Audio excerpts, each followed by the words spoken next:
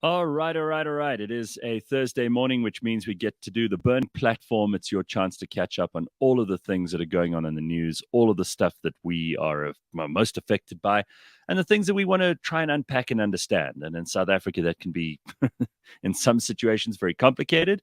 In other situations, very, very easy. Of course, as always, I'm joined by my co-host, Pumi Mashicho. And Pums, we're going to talk about something that I think everybody wants to get into this morning. Something that's really, it's been there the whole time, but it's raised its ugly head in a very, very dramatic way in the last couple of weeks. And we hope that it's not a trend. We hope that this is something which will go away. But we've got to talk about security. We've got to talk about tavern shootings. We've got to talk about guns. And I know this is also stuff that's come up a few times on the show.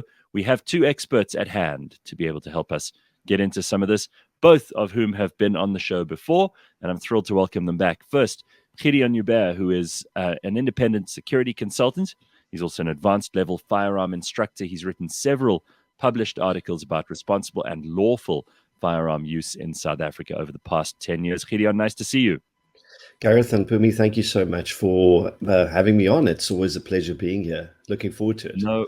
No problem at all. Always good to have you in, and I'm looking forward to hearing what you have to say.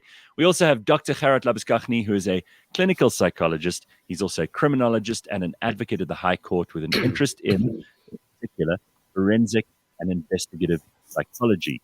He's worked in the South African Police Service section head for the investigative psychology section and was the head profiler for the police for a very, very long time. He took over from the legendary Mickey Pistorius. It's great to have you on too. Thank you, Gerard, for your time this morning.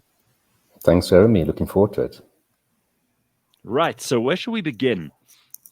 I mentioned to Pumi earlier that we certainly hope it's not a trend, but in the last while we've seen an outbreak of these tavern shootings, and it seems to not be random, and it seems to not be something that we can just, gloss over.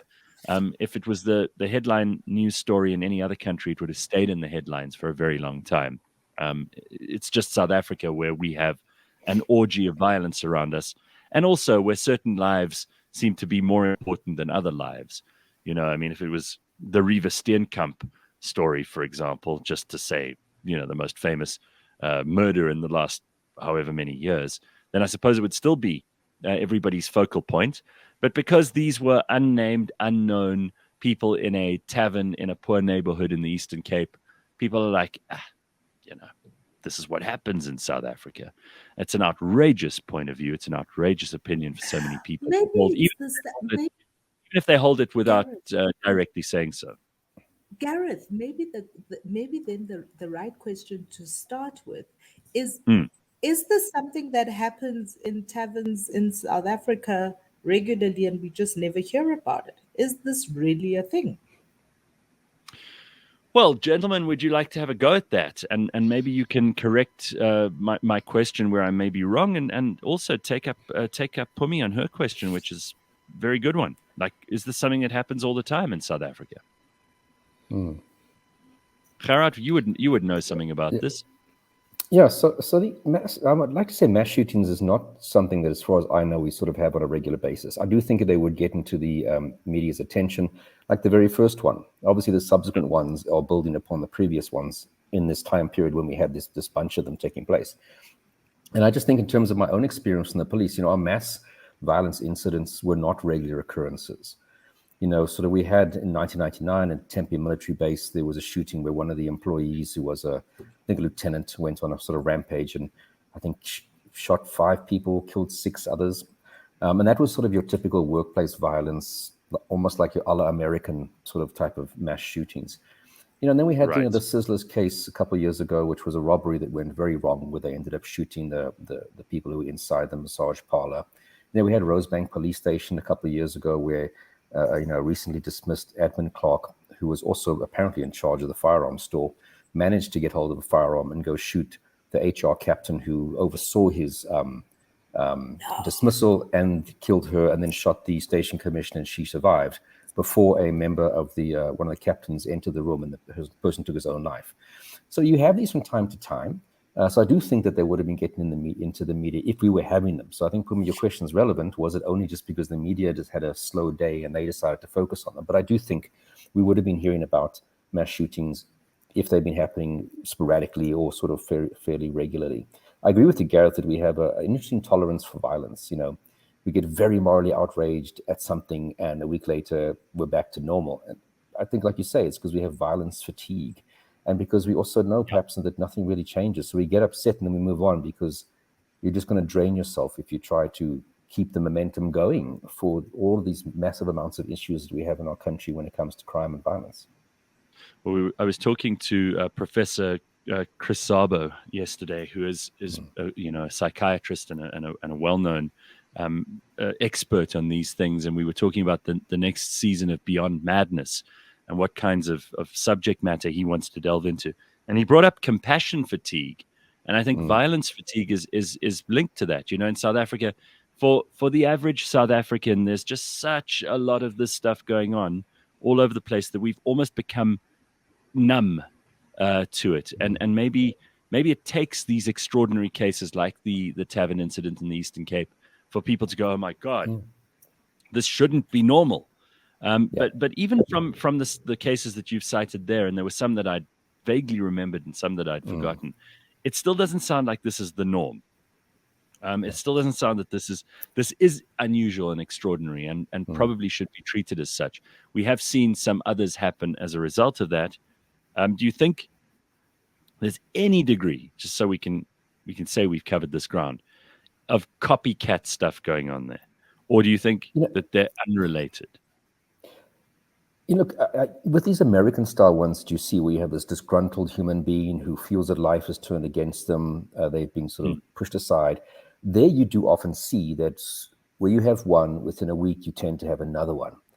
Now, that was probably more a person who had this in the back of his mind and wanted to do it, and is almost given that sort of final go-ahead by someone else doing it. I don't think it's going to start someone from scratch deciding, hey, let me just go and do this. So there has to be that tendency line in wait, so to speak. One happens, and almost that gives that person the motivation to do his. The ones here in South Africa really don't seem to be like that psychologically motivated. These seem to be more general crime motivated, whether it's competing factions in a particular industry or area, because the ones in America typically end in a very different way than we saw here. Here we have these guys fleeing the scene. It's multiple offenders, it seems, in most instances, where these psychological ones tend to be the lone wolf or lone actor type of offense. So I think these are what we're seeing as more in the realm of the crime sort of related criminal activities. As I said, factions, organized crime, whatever term you want to give it. So I don't think in that case, it is weird. I mean, just to have so many in a short period of time, statistically, it's just an anomaly. And I think, as you say, we do need to look at if there are links between these. And as far as I can tell from my colleagues in the police, they have looked into that, and they don't seem to be, and unless something in the past 10 days, because I was overseas, has come up. So it is weird that they're happening, sort of a bunch of them in one go, but they do apparently seem to be not related to each other. Whether one inspired another one, like I said, I think you would have already had to have had the inclination and the idea in your head before you go and do something like this anyway. I don't think somebody from scratch is going to be inspired, suddenly have a grievance, suddenly think this is the best way to deal with it, etc., and go out and do it. I think one of the things that it has brought into the sharp reality for most of us South Africans is the level of breakdown in the police force. So the capacity in the police force to deal with these types of things and just general lawlessness, as because that's what also happens, right? Is you push the boundaries, the first group of people push it to this, and then kind of goes, oh, it's easy, you can try it out, you can do it. Is this also what we're seeing, kind of this breakdown in the police force, and what's being done, I suppose, to reinforce or to build up again the capacity in these forces? Yeah. Look, definitely, if people, you can have the most amazing laws, you can have, a minimum sentences act which gives life for this type of offense and X amount for that type of offense. So, and we do have pretty good laws, I must say. Our laws are very well written, I think. But the problem is, if people don't think they're actually going to get caught and actually going to get prosecuted and convicted and sentenced, then, that almost creates a space where it doesn't matter whether you've got the death sentence or not, for example. If they don't think they're going to get caught and punished, there's no incentive not to do it. So the less faith we have in the police, the easier it is for people to naturally start to push the boundaries of behavior, which of course includes criminal behavior also. So yes, I don't think bad policing causes crime, but I do definitely think if you don't have good policing, it's almost as if the brakes are off. There are other factors that are going to be the momentum that gets the bus rolling, like, poverty, et cetera, inequality. But, the police are almost like the brakes that are there to keep that bus from getting out of control. And unfortunately, our police service is just, it's in a downward spiral that I really don't think we're going to recover from, and I'm not typically a pessimistic person, but I just don't see from the top down to the bottom that any of the right decisions are being made. I think any of us dreads having to go to a police station, even to get an affidavit signed, commissioned. I dread it, and I'm an ex-brigadier in the police. It's just, that's a very sad scenario. That's terrible. Gideon, I'm going to bring you in here. So first of all, comments from you on the Tavern shootings, and then a comment on the police before we move on to some other specifics. I'm going to do my best not to cover ground we already have, because I think Dr. Labuschagne's commentary was quite extensive. I think when you look at Tavern shootings like this, and you can see certain similarities to what's happening with taxi violence in KZN, you can draw certain parallels to gang violence on the flats, for the simple reason that in the one where the Zamazamas are definitely involved, because there have been several Tavern shootings. You can see I'm quoting Mark Shaw here. He was the author of a very good book called Give Us More Guns, that really detail how state-issued firearms ended up in the hands of gangsters and criminals. He referred to these as mafia-style attacks, in the sense that they are, copycat from what the mob in the US used in order to facilitate economic gain for these various criminal groups, in order or through a application of violence in order to cause harm to their direct or indirect competitors. When we saw the one Tavern shooting involved an off-duty Metro Police officer, I started getting a little bit suspicious, for the simple reason, and this is quite a tragic thing to say, the degree of criminal infiltration into the SAPS itself. And it's not just a problem that affects the police service. When you look at the taxi violence situation in KZN, where you have taxi bosses that actually own their own security companies, and somehow that goes beyond my not really beyond my understanding, but that beggars belief. These security companies end up licensing Section 20 firearms completely fraudulently, because firstly, half of them are not even zero registered. Therefore, there's no way in heck that they have actual SAPS accreditation, which is what they would need as a security company to even license those guns. And then you hear shocking reports of that they're getting licenses issued in the space of 2 days, where an ordinary security company waits up to a year or longer. So there's definitely, when you look at the relationships between criminal organizations, the politicians who benefit from their activities, plus give them protection, who can be quite high-ranking in many instances, plus high-ranking police officers are also involved in it, you start developing a picture of not as much dysfunction, but a true sort of gangster state operation. And I know not very long ago we had a mass shooting in Khayelitsha. I suspect that one was taxi related, but there's also been a bit of a ramp up, if I'm anecdotally remembering correctly, of political violence in KZN, where there are more and more councillors being shot at if they're not being outright assassinated. I think, in a way, these events are not necessarily directly connected, but they're all part of the same ecosystem of violence. With the police itself, what's concerning for me is numerous things. I mean, apart from the fact that the former National Commissioner admitted to Parliament in 2018, I think, that the SAPS is overstretched and that it's impossible for the service to fulfill its constitutional mandate. Apart from all the broken blue line reports that have been written on it by the RR that sort of detail the extent of criminal infiltration in the SAPS, there's one number that keeps jumping out at me. And it's when you look at the civilian ratio, or police to civilian ratio in SA, we have about, it's supposed to be, according to, I think there's some form of United Nations standard, that's one police officer per every roughly 350 members of the public. If I go and look at the figures of the amount of SAPS officers that are performing visible policing duties, those are the cops that you and I will interact with on a daily basis, there's roughly 24,400 VISPOL members on shift on a daily basis if you work in you need to take the total number and divide it by 4 because it's a 4-shift rotational basis, and then factor in about a 20% figure for those that are on leave, they're on course, they're off sick. You only have about 19,500 SAPS officers in uniform doing visible duties per shift at any given time in this country, which is 1 police officer roughly per every 3,077 citizens, which is a ratio that is 10 times worse than the minimum recommended one. That is kind of where we're sitting with the situation. Jeez. What do you say to this, Gideon, while you're on about the police? Rusty says he was listening to Big Daddy, Sihle Ngobese, and Sihle was saying that there are over 4,000 SAPS members who have criminal records. Does that sound right to you, or does that sound like a made-up figure?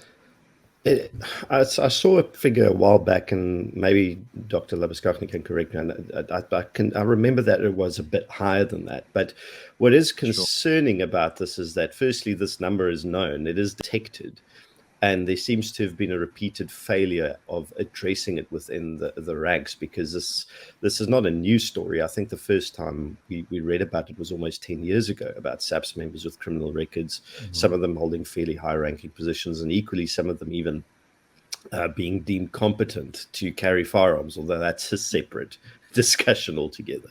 Sure. Well, do you have any follow up on that information there, Gerard? And then Pums and I have some other questions. Yeah, I mean, I don't have any specific stats, but I mean, I wouldn't be surprised if those were accurate figures at all, unfortunately. I remember in the past when I was in the police, there was concerns about people, serving SAPS members having criminal records. So it's a long-standing issue, I think, as Gideon pointed out. And yeah, those stats wouldn't surprise me at all, to be honest with you. Sure. Pums, sorry. So Gideon, you talk about kind of the private security business and then the rise thereof, because almost like everything else in South Africa, there's private sector have stepped in where there has been government kind of wholesale government failure. And a couple of weeks ago, I think there was much shock and outrage kind of reverbing through the news cycle when Investec in London decided that they're going to be giving their top executives an additional, I think, 2 million rand stipend for personal security. Also as a safeguard because of the criminality and how crime has risen, and in particular in South Africa. I'm quite interested to know your view and your experience with regards to that. Is this a growing part of security systems in South Africa? And how are we dealing with these kidnappings? There was a very big story a couple of weeks ago with those Moti boys. And then nothing ever since. Is it a problem? Is it something people should be worried about, especially like rich people? There certainly is something that is a concern, and there has been a rather extensive increase in the amount of, or the number of kidnappings, especially from Q1 last year to the current one. I do not have the statistics quite on hand, but it was a massive increase, I think close to 100%, if I recall the figure correctly, which is humongous. Kidnapping is a major problem.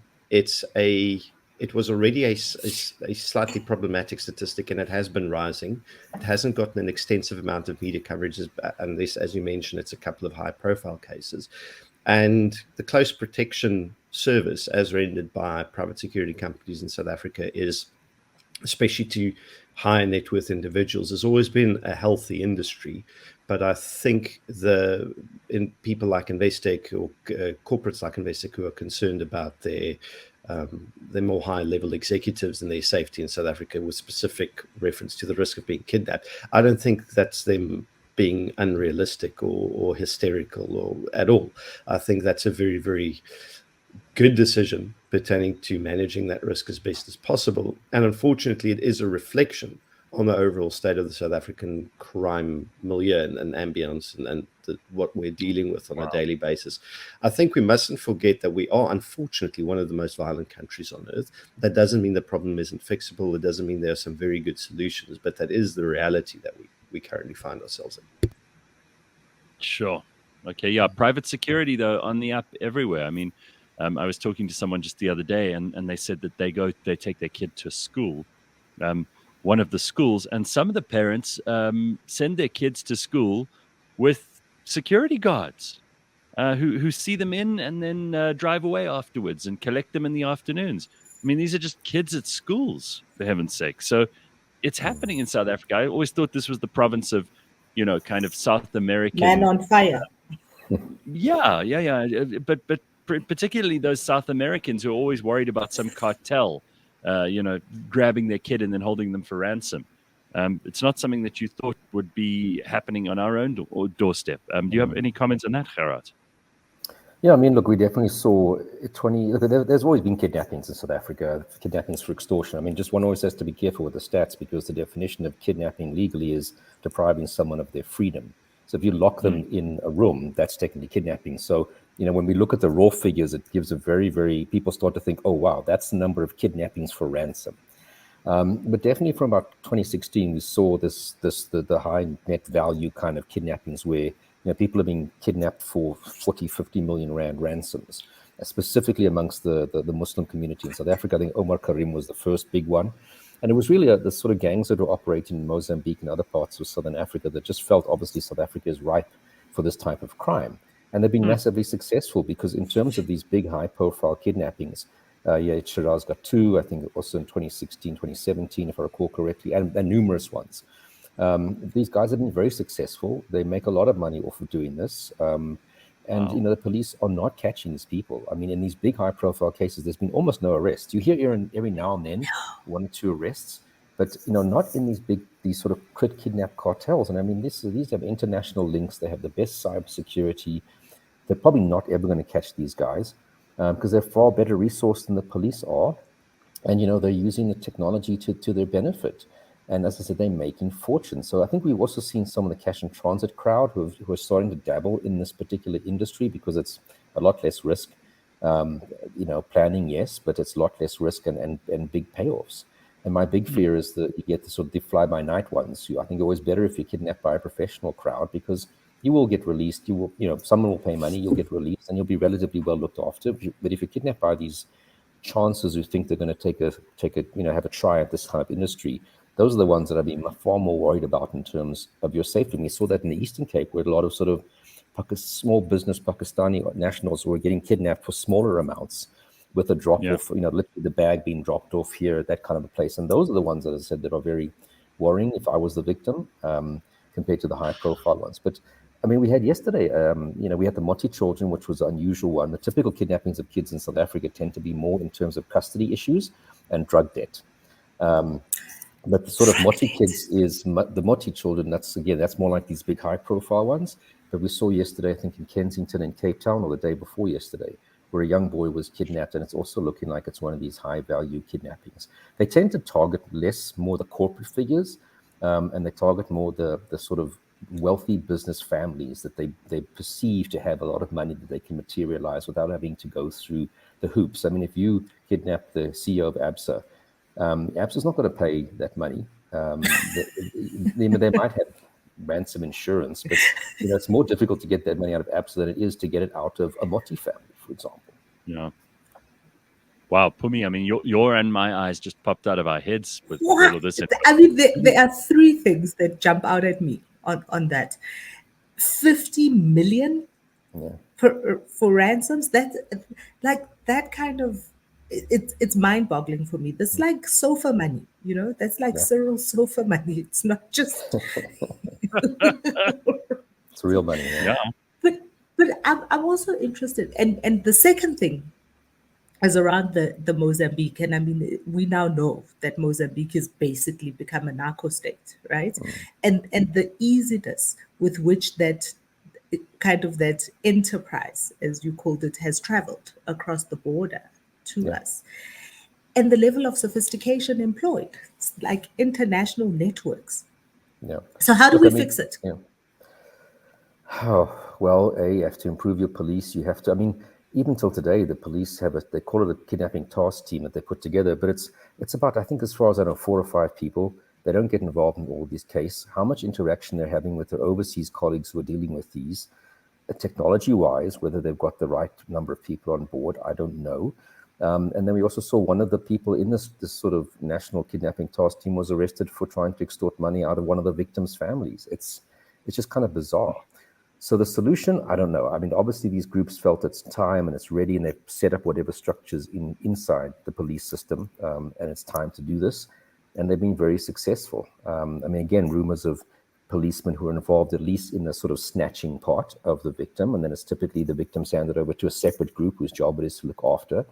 And the person you're talking to when you negotiate is probably sitting in a foreign country, and your money is going to be sent off to a different country. So it's such a massive web that even if you catch the people who kidnapped the person or the people who are holding the person, that's just one part of this process. You know, you're not getting the guys who are sitting in, for example, Pakistan, masterminding all of this. Let me ask both of you a fairly general question, but it is something that I think a lot of people jump to. Now, you mentioned Mozambique, and instantly I started thinking, because there are a lot of local criminals who like to blame foreign nationals, and there are a lot of foreign nationals who say, no, we're getting the blame from local criminals. What do you think the ratio is there? And I mean, this is a thumbsuck for either of you. There's no way we can actually figure out precisely where this is. But does it require a kind of international level, a criminal operation, or are there sophisticated enough levels of criminal operation in South Africa for us to pull this off without having to bring in, people from Mozambique, Zimbabwe, Pakistan, God knows where else? Look, I do think you get your local crowd. I think it's a very convenient thing to blame it all on foreigners. It also absolves us of having to accept some responsibility. No, it's our own people and it's our own circumstances that are leading to this. But I think if you probably took a survey of people sitting in prison, I'd probably say off the top of my head, the overwhelming majority of South Africans. If I look at the cases I worked on, the police, good old-fashioned South Africans committing these crimes. Of course, you get foreigners, as you do with any country. But I think, until somebody drops some stats in front of me that are done by a reputable organization, I'm not going to go around blaming foreigners for what's the crime that's taking place in our country. And what is South African police's capability or kind of working with international organizations, international police organizations as well? Because this is what it sounds like, right? So if the criminals are multinational, there needs to be some kind of multinational capability, even in the police force, in order to be able to do something. Otherwise, we're just sitting ducks. Do we have that capacity? And didn't Jackie Selebi ruin that for us as well? I mean, I wasn't going to talk about Jackie Selebi that day. I wasn't going to. I was like biting my tongue about Jackie Selebi. He's the one. He's the one that started this entire floodgate. Look, I think the structures are there for us to liaise with foreign law enforcement. I mean, at the American Embassy, you'll have representatives of the FBI, DEA, all these agencies who are there to assist, where possible. And I do recall some of the cases that I worked on when I was still in the police as a hostage negotiator. There was interaction, case by case. But I don't know if there's really on a meta level this, let's get together people and see how we can resolve, these types of, working together on a permanent basis as opposed to a case by case basis. And I think that's for me what starts to have happening. We need to be liaising almost on these international anti-kidnapping task teams. And not today we have a case that maybe there's a link to this country. Let's start to speak to that country and ask, hey, we've got this case, can you assist? We almost need to have structures set up in place and also sharing with what's happening in that country. Maybe we can pick up trends earlier that we can counteract. And I don't see that happening. Why? I don't know. But I think the potential is there for them to do it. It's not like it's an impossible process to start getting going. And I've always found foreign law enforcement quite happy to respond and assist. Just people have to get off their backsides and start to initiate it. So let's go where we also love to go whenever Gideon's on the show. It's always useful for us to talk about firearms and legal firearm ownership in South Africa. And I know, Pumi, you got into a quite heated argument not so long ago with Mighty Jamie about precisely this. We can't clearly, based on just the discussion we've had this morning, let alone all the other associated discussions you can have with people's own experience out there with police, you can't really rely on the cops in a situation of life and death. It's probably better to have a gun and not need one than to need a gun and not have one in a country like South Africa. I think, politically and ideologically, there are people who are very much against guns. Politically and ideologically, there are people who are very much for them. I don't want to get into that debate, but how are we doing, Gideon, in terms of the latest developments in firearms control? I know that there was an important case that was won by Martin Hood and others at the SCA recently. What's the current status quo for legal, lawful firearm owners? And have you got any updates for us from the last time we spoke about this in a much more general sense? So with regards to the big bill, that was the proposed amendment last year that was originated from the Civilian Secretariat. That one has still been sort of placed on the back burner by the Portfolio Committee, the Police Portfolio Committee, that deprioritized it as such in their words, simply because of several factors. One of the major being that there was a humongous public outcry against the contents. I mean, the idea of banning the ownership of firearms in South Africa for purposes of self-defense. And then you had chaps like Becky Taylor and Jeremy Very come out and say, no, there's no good reason to own guns in this country for self-defense. Very himself going to court to try and get his close protection detail back after it was removed with his dismissal, and Taylor going everywhere with an entire sort of squad of NIU or TRT protection officers. It's just a ridiculous pantomime. So that got that got killed temporarily. It probably will be back, and we'll have to have another shot at bashing it into submission. But I think with the complete disarray Parliament is in right now, and the fact that after the December elective conference, the ANC, who really the only party who's really keen on pushing this, will probably be getting their house in order for the next election. So we may have quite a bit of breathing space on it. The other thing that's I think important for people to know is that one of the major reason that's put forward for the banning of civilian guns is because allegedly civilian guns end up in the hands of criminals, and that's where the major source. Again, I'm referring to Mark Shaw in his book. He debunks that solidly for several reasons. The one is Colonel Chris Prinsloo by himself, just him alone, this excludes everyone else that was involved in that racket and still are involved in the racket, sold 9,000 state-issue guns to criminals by himself. The other thing is that the firearm loss statistics that the SAPS publish every year is wholly inaccurate. They only publish their service weapon losses that are lost off the individual officers, either stolen or they lose them or there's something else that happens. The amount of losses that occur out of the SAP 13 evidence stores, which includes decommissioned, or rather SAPS firearms that are in the process of being decommissioned. They get booked out of the armory into the SAP 13. There are no figures on the annual losses out of those stores available at all. When there was a PIRE request sent in, 2 of them, for those figures to be made public, they were refused twice. The first answer was that no, the general public won't be able to understand the complexity of the figures, which that's a wonderful thing to say. Like the police will.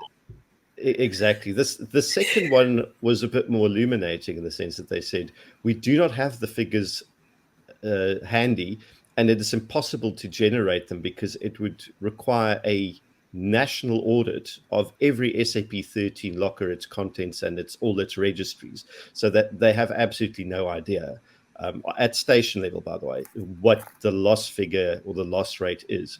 So it's now a kind of well and generally accepted fact that the losses out of where the criminals get their state issue guns from are usually from SAP 13 lockers. We have no idea what the loss rate out of those are. So that, to me, kind of kills that argument of the so-called leak. But I love the way that the police, who can't seemingly keep their own weapons and look after their own weapons and stop criminals from getting their hands on them, they want to blame the public for the rare occasions when our firearms are stolen, usually violently. Yeah. And usually when someone is killed, it's just outrageous, actually. Yeah. And then to turn that on us and say, you guys are the source of all of these unlicensed weapons that are being carried around by gangsters and thugs. Yeah. Please do me a favor. And I mean, the irony of it is, it's kind of like saying we can't combat house breakings. And in house breakings, they steal people's TVs. So we're going to ban you guys from owning TVs, and then we won't have TV theft. It's like, you're blaming us for your failures, or like Right. cars get hijacked. So everybody, public transport from now on. Hey, we've solved the we're paying for their mistakes. I mean, and just to carry on what Gideon was saying, the Wits School of Governance report, which was, if I'm not mistaken, commissioned by the police to look into firearm violence, which the police refused to release for years. And they were quoting that when they referred to the bill that Gideon mentioned just now to make these changes. And when we finally we managed to get that, not we, me, but it was managed to get that report released, we realized, A, they actually either can't read a report or they were intentionally misquoting it, because what they were using to justify these changes in the Act actually was not what their very own report said. And the very own report said that the biggest loser of firearms is the government, not private individuals.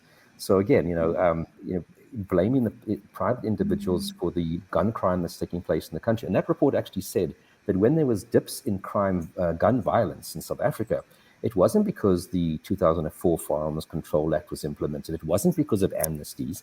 It was because of more active policing and better policing that led to a decrease in firearms crime. And firearms activists love to sort of say, yeah, but we know after that was implemented, we had a decrease. But we had a decrease in murder rates with firearms for years prior to the point of that Firearms Control Act. So they like to kind of define the decrease as the date that act was implemented. Not saying, but let's look at the rate for a couple of years prior to it. And of course, we've had a consistent increase in murder rates, for the past 10 years. So, it's about better policing. I'm not saying we shouldn't have firearms. I mean, I'm an avid firearms owner, and I say, yes, I don't want, a lot of people shouldn't probably have firearms because they're not responsible enough. Sure. But, I think control, yes, but better policing. Otherwise, this just going to escalate. I mean, the issue of better policing, there's no way that anybody can be against that. I mean, very famously, Rudy Giuliani's solving the crime issue in New York was also about better policing and kind of policing the small, visible crimes and more police being in the place. But I'm also very interested in kind of the issues of personal safety and what individuals, with or without a firearm, what it is that we as individuals need to be more aware of, right? So that we are safer, in the absence of better policing, in the absence of how do I, as an individual, kind of be more aware of myself and my surroundings so that I am a safer individual and how to respond to environments like that. Do Well, any of you have? you've come to the right place, Pumi. These two are probably the best people to help us address that. We'll start with you, Gideon, because you actually do consulting in this realm as well. Where do you think people have these blind spots where they end up becoming victims? I'm so glad, Pumi, you asked this question. And you actually kind of already answered it in your question, is that your first and most effective defense mechanism is situational awareness. And that is essentially your understanding and awareness of where you are, where you're busy going, and what is going on around you. And the biggest blind spot is actually the most simple and stupid one you can imagine.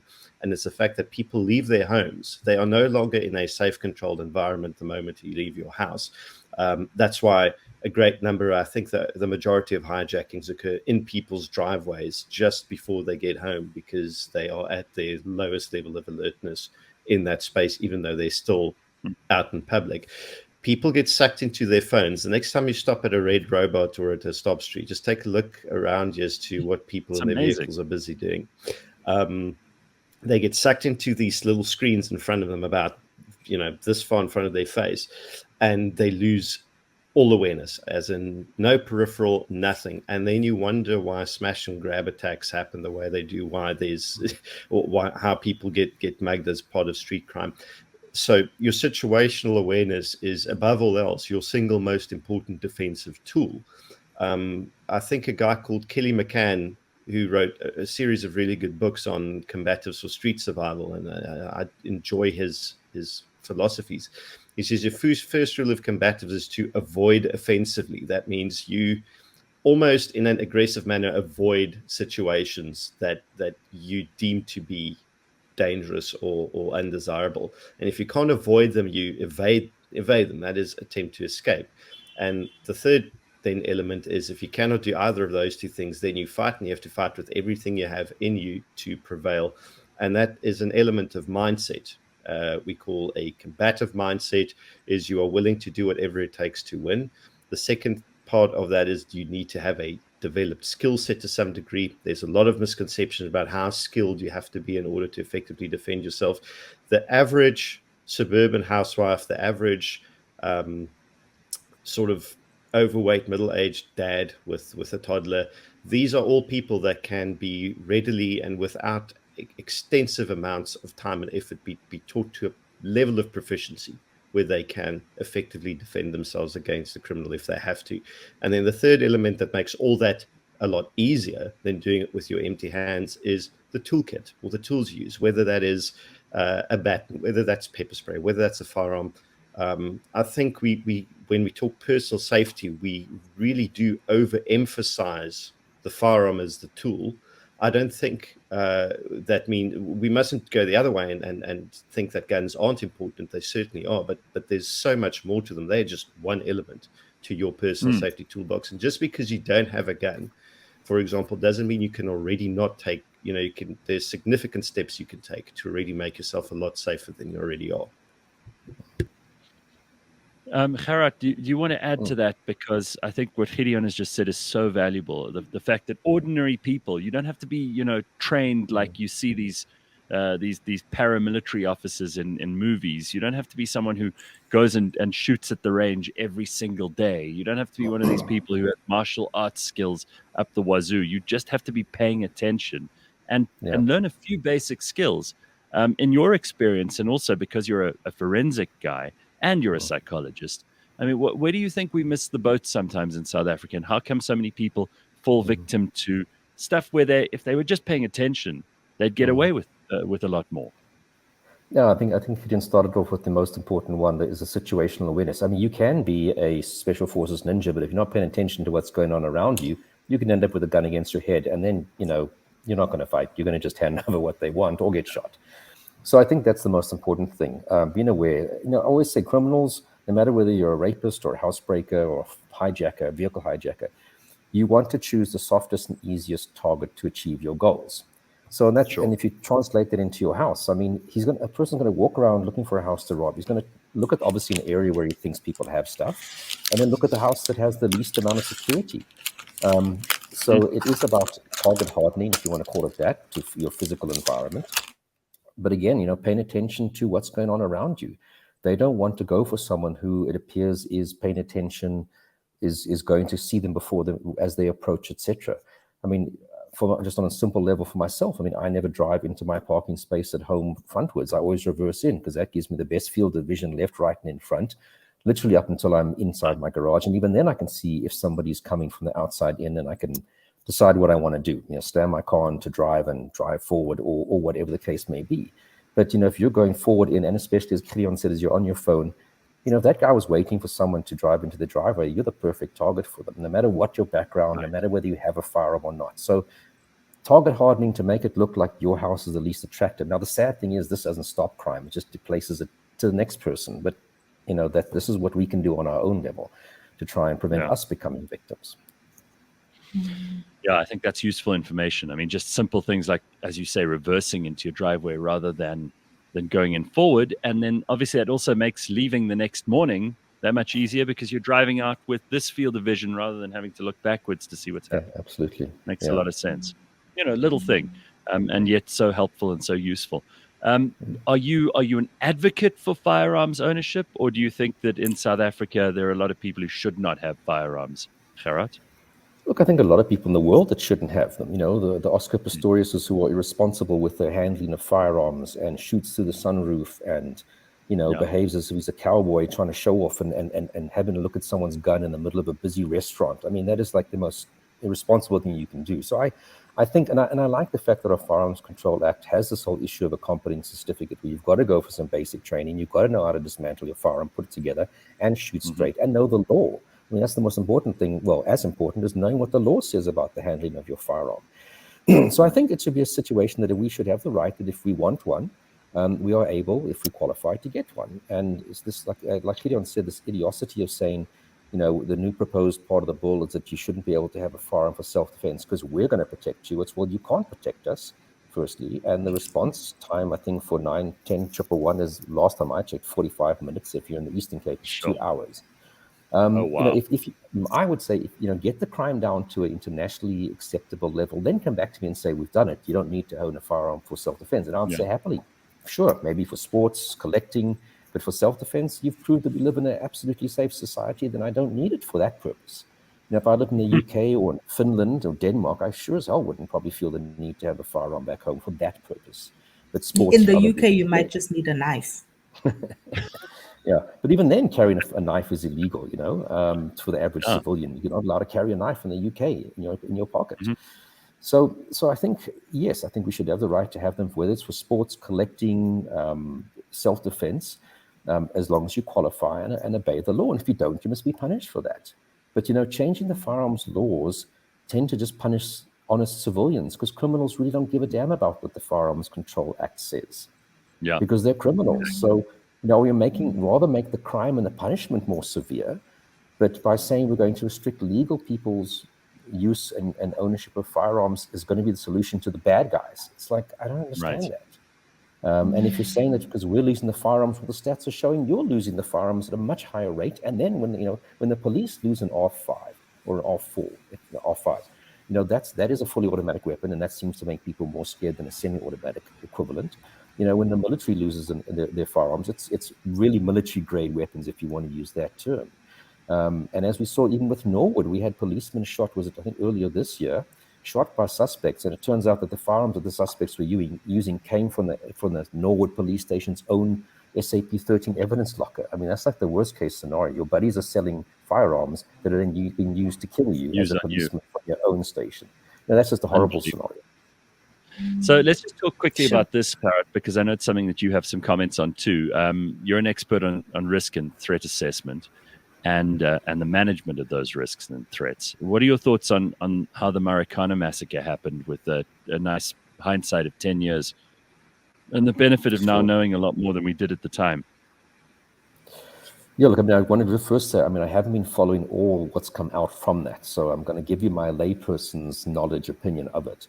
I'm in two minds. If you look at some of the videos, you did see armed people approaching the police and allegedly shots fired. If that's the case, one can argue that the initial shooting might have had some justification. How far it went, you might have said, exceeded what was justified under those circumstances. But I think ultimately, command and control is going to be very essential, and coordination of your resources in that type of incident. Now, whether that was effective and appropriate at the time, as I said, I haven't been following what's been taking place. It's a tragedy all around. I think, could we have avoided that? I think it is possible to have avoided that, the shooting. I think, do our police have to have more emphasis on negotiation? And I do think, and I know some of the people who were involved in negotiations at that time, and they were of the opinion that, a lot more could have been achieved if negotiators had been given the time and the space to do so. So again, I don't know what the ultimate facts that have come out. As I said, I haven't been following it. But I do think we probably could have had a different outcome where less lives would have been lost if the policing approach had been perhaps different. All right, then let me ask a couple of kind of, these are the sort of questions that will come up if people were trying to get a sound bite out of either of you. Where do you think the most dangerous place in South Africa is? If you were dropped there, Gideon, someone said to you, where would you least like to be dropped in South Africa, without or with your firearm? Where would that be? So if I just went on murder statistics on their own, and with no further outside external reference, anywhere from Hanover Park to what's the other one, Lavender Hill, or anywhere on the Cape Flats, because some of those spots have murder rates in excess of 150 murders per 100,000 population, if you had to extrapolate from it, which is actually worse than most active war zones, with the exception of Syria. Wow. That was about 2 years ago. Extraordinary. So definitely no. And I think if we look at gang violence, I'll just give some additional info. There's approximately 100,000 gang members in Cape Town itself. If you understand that most gang members are men, and they're between a certain age, that means that 1 in about every 20 men you meet in Cape Town is a member of a gang. If you concentrate those in just the communities in which they operate, the number probably goes a lot higher, probably 1 in every 10 or 1 in every 8, or possibly even 1 in every 5 people you run into is a member of a gang. That is how big these gangs have gotten. And you've got the Americans gang, which is still the biggest one out there, but their main rivals, which are the 28s, and their allies, are getting kind of bigger. And the turf wars it's been hot for at least the past 5, 6, 7 years. The horror stories there that come out on a daily basis are extensive, and what makes it worse is this is still not a difficult problem to solve. But you look at what's happened with the police officers that are trying to take hard action against gang members. They either end up dead, or they end up rotated out of their position and redeployed somewhere else if they're high ranking enough. There appears to be, by all sort of observation, strong political level protection for these gangs. And we need to start asking some questions about that at a national political level as to who and why. Hypothetically, but I think we all know, kind of. Do either of you have anything to say about our current Minister of Police, or even the commissioners that he's installed in various places? And do we have anybody in the police who you would love to see just rise to the top? I mean, are there ordinary officers? Because we can't tar everyone with the same brush. I'm always careful to say that there are always going to be good men and women who are trying to do as decent a job as possible. And yes, it's a difficult business being in crime prevention. It's a difficult business being in our police. They're not necessarily the most well looked after people. There are huge mental health issues that accompany so many of these people because of the nature of their work, and we don't look after them properly in South Africa. We just don't have the resources to be able to do that. Are there people in the police who you really think deserve a second shot at a top spot, or even a first shot at a top spot? Are there people who you've been impressed with? Even if you don't mention names, there might be stories of people who've done incredible things in the police. Yeah, I think just on a senior level, look, I didn't know a lot of the generals when I was there, and I'm not too sure who's still there. But someone, unfortunately, I think his period in the police is coming to an end, would be someone like Godfrey Joubert, who is, I think, if I'm not mistaken, is the head of the Hawks right now, who always struck me as a very highly intelligent guy. And I think he left the police for a period when we were going through this very rough period politically. Yes. He was practicing as an advocate, and was brought back. And he was always someone that struck me as, good, solid leader, honest person, hardworking, and highly intelligent.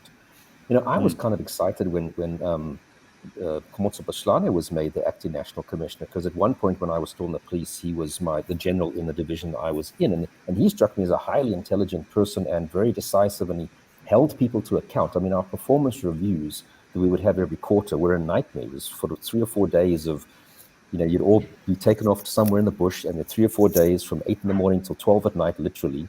And he would grill you if you didn't achieve your goals and your targets, and he would push you to increase your targets. So I thought, wow, this would be a great guy to become the national commissioner. And then, of course, he left under a cloud of controversy, and there are still cases pending against him. So, yes, and as you point out, there are great, amazing police members. And like you say, it's always good to acknowledge them. But if you look at the police as a brand, I mean, if you always say to someone, if a car company like Toyota made, let's for example, say 1,000 cars a year, it doesn't matter whether 20 of them are absolutely fantastic, they run until they have over 1 million kilometers and never break down. If the other 980 vehicles break down at the drop of a hat, the brand is suffering. And that SAPS has a brand suffering situation. But yes, there are these wonderful individuals. And sadly, they don't often get the recognition and promotion. I mean, I know guys who've been amazing detectives who've solved some of the most high-profile cases, who've been warrant officers for 20 years, or captains for 25 years and not promoted, yet they're doing fantastic, amazing work. And that's just a situation that's demoralizing for other people who work hard and see, well, they're not getting promoted. Is it as straightforward in the police that you only get a promotion if you are politically connected? Is it that simple? I do think there's a lot of that, who etc. And I do think there are situations where, it's just based on the merit. But having sat on some of these panels when we hire people, just in my own unit when I was still in the police, you have 5 people sitting on the panel. One of them is from the unit, for example, it would be me in that scenario. And then 4 other people are from, question documents in my case, or this portion of the forensics division. And they all get an equal vote on the candidates. And I'll be sitting there going, no, this is a terrible candidate. Their answers are nonsense. And they'll be sitting there going, no, that sounds very like a great candidate. And they can outvote you. And you end up, and that was frustrating for me as we expanded, I'd end up with people who I thought, you really shouldn't be in this unit. But I was outvoted by the 4 other people on the panel. Now, whether there was influence to, behind the scenes influence to those individuals, possibly, I don't know. So, just great people don't get promoted and recognized, and it's a difficult job. If you look at the United States, the typically law enforcement people serve for 20 years, and then they go on full retirement. We still have this issue of you retire at the age of 60 or 65, no matter whether you had 40 years service or 25, etc. Because police work is very demanding. So if you started when you're 20 in the United States, by 40 you're on full retirement and you can start a second career somewhere else. We just kind of drive our policemen and women into the ground, specifically the ones that work hard, and don't often give them the support and recognition that they need. Last word goes to you, Gideon. Any comments on those? It's a great summary. There are wonderful policemen and women still in the service. I think those that would do best in positions of leadership are unknown because they are passed over for promotion as a matter of rule almost. But then there's also the fundamental problem with the structure of the SAPS. And we have to ask the question, is it in 2022 still in the national interest to have a centralized national policing body as opposed to one that's broken up and down to local level and performs a federal duty? Because the need for law enforcement in Pitsonderwater versus in Tshwane Metro versus in the City Belt in Cape Town versus the Flats versus rural KZN, those are all very different needs. In my mind, to think that you can centralize decision-making on community policing at that level, sure, there are functions that you can perform at a national level in sort of FBI type scenario, but I think that we have an organization that is obsolete, that is poorly led, that has become demoralized due to all these problems, and that has led also to an extreme loss of very talented people that have taken their skills, their knowledge, everything that they've built over years and left. And that is perpetuating the almost race to the bottom that we're seeing. And there are ways of addressing it, but I think we also need to have a debate on, do we still need the SAPS in its current form? And can't we perhaps replace it wholly with something far better? Well, I hope we can, because both of you've hardly given me comfort this morning. But then I think that this is a problem that the whole world's dealing with at the moment. Silicide is going to have the very last word. I said you could, Gideon, but Silicide's kind of perplexed. The National Traffic Police in Lichtenburg just stopped and checked instead of asking for a bribe like the police in Brits. What the hell's going on? This is the kind of thing that we don't understand. Thank you so much, everybody. Thank you, Gerard. Thank you, Gideon. Thank you, Pumi. And we will see you tomorrow morning at 6 a.m. bright and early. That is the burning platform for this week. I hope it was interesting. I certainly want to thank our guests for bringing plenty of really, really relevant, useful, and new information to the show. And I hope that this has been something that will inform us all better. Let's all keep our eyes open.